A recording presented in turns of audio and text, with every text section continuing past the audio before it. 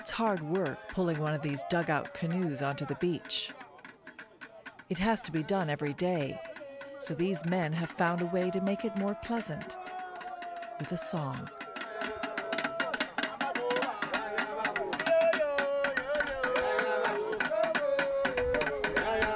It doesn't take the children long to learn the rhythm of hard work.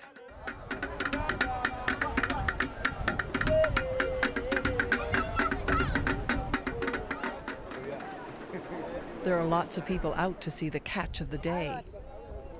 It's neither plentiful nor appetizing.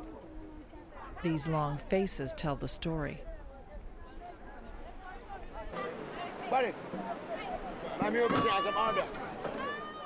Plastic seems more plentiful than fish.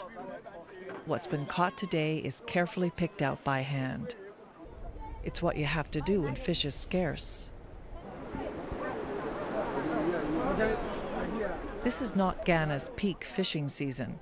It usually picks up a few months from now, but still, people have rarely seen it this bad. The old people know something is wrong. They remember the days of plenty.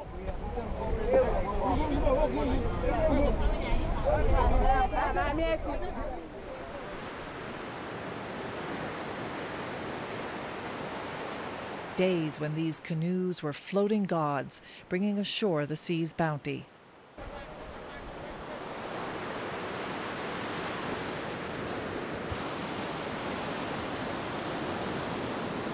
Even now, when fish is scarce, the return of a canoe boat creates a lot of excitement.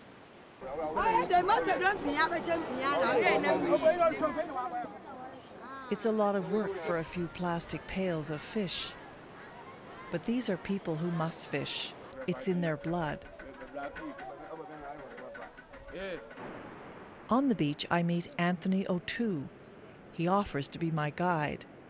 He finds my story of a fishery collapse hard to believe. He says it could never happen here. And it is hard to believe. Look at these happy children. They love coming to the beach every day, to dig up hermit crabs, and to dance.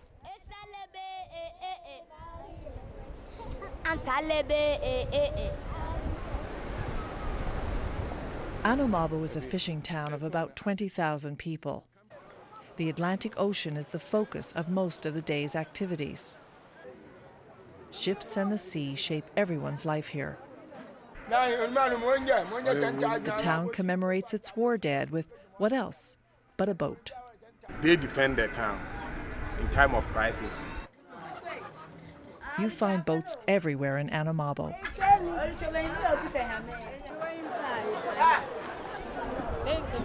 The fish is sold in the local market. It's the women's job to buy and sell the fish. They make a small profit that stays right here in the town. No one gets very rich, but everyone gets enough to eat. There's less fish for sale every year, and the women of Anomabo are worried. People are looking for answers. They won't find them here.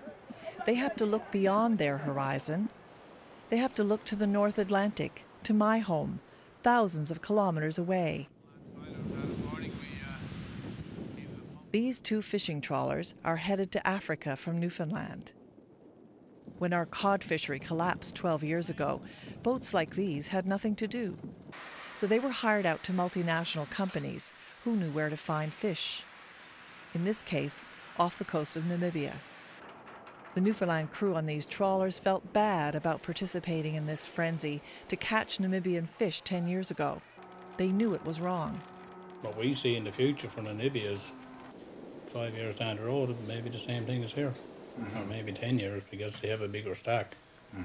But it's headed that way. More recently, environmental groups tried to stop the largest fishing trawler in the world from fishing off the coast of West Africa, but they failed. Few people of Anomabo have ever seen ships like these. Few can imagine the damage they do. Dr. Eric Quay knows only too well what's happening out of sight of Ghana's beaches. He's a retired oceanographer and one of the country's most respected observers of the fishery. The inshore fishery is rather depressed, and there's not much activity as it used to be in the past when we were children. Reason is that the adults that will spawn to give us a young are being caught by heavy trawlers. And these heavy trawlers are exerting an undue pressure on the fish stocks. Ghana has tried to keep the foreign trawlers away, but they still find their way inside the country's 200-mile economic zone. Dr. Kwame Korantang is Director of Marine Fisheries for the country's Food and Agriculture Department. You find out that a lot of vessels that have gone out of fisheries in Europe eventually find their way into our fisheries, coming through joint ventures, coming through companies that claim to have bought those vessels. But it turns out that many of the people, our own people, are frontmen for these companies. Sooner or later, many of these fisheries will collapse. Because we are thinking much more of our gains rather than the health of the stocks, rather than the living of the people in the area. In fact, to the extent that when you come to some of these practices, they do not even behave as though there are human beings along the coasts where we have these seas wash. There are many people living where the seas wash ashore in Ghana. Many of them are children. The country's population is rising by 3% every year. This child is malnourished. Health officials are concerned about the growing problem of anemia and other illnesses caused by protein deficiency. 60% of Ghana's protein comes from fish. If we should lose 60% of our protein requirement, and that's serious, the remaining 40% is expensive, coming from meat and other sources. Many of us, even me, I can't afford meat all the time. Unless if I think about the health aspect, I don't eat a lot of meat. But many people simply can't afford that 40%. So that 60% going is a big problem for us. It will be a disaster. Ghana is one of Africa's most stable countries.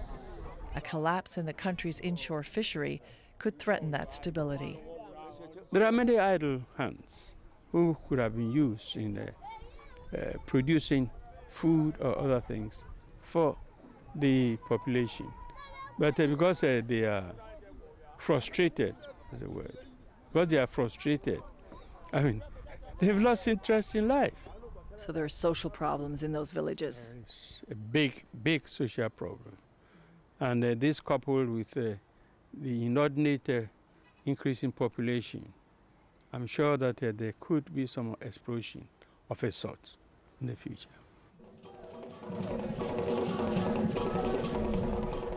The drummers that I'm hearing, what is that? It's the drummer. Yeah, one of the town schools is occupying this very small hall.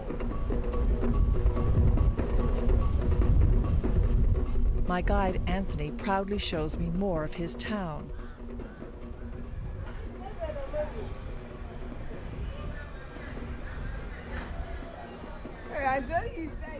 Here, all the work is done outdoors.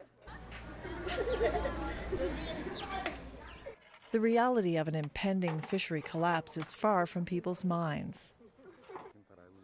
These kilns used for drying fish are idle now, waiting for the bumper crop that everyone expects will come in a month or so. But year by year, the number of fish available to dry has been dropping. Formerly, there was more fish in the shallow waters, but now they have gone far, so they have to chase the fish to almost, I'll say, 23 or 25 miles away from shore. My tour of Anomabo is winding down. Anthony wants to show me more of what the children can do. There's such great beauty here.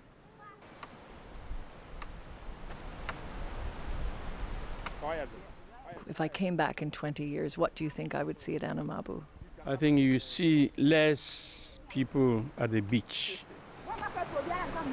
The culture will be lost because the culture is supported by the activity of the people, the life of the people. And if the life is bleak and desolate, I doubt whether they will even have the urge to practice the culture. I don't know what sort of life they are going to eke out of the dry sea.